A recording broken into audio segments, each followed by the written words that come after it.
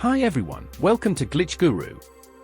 In today's video, we'll show you what to do if you're having trouble with scheduling posts on Instagram. Here's what you can try to fix the issue. First, make sure your Instagram app is up to date. Check the App Store for any available updates, as updates can fix bugs and improve the functionality of the app. If there's an update available, download and install it, then try scheduling the post again.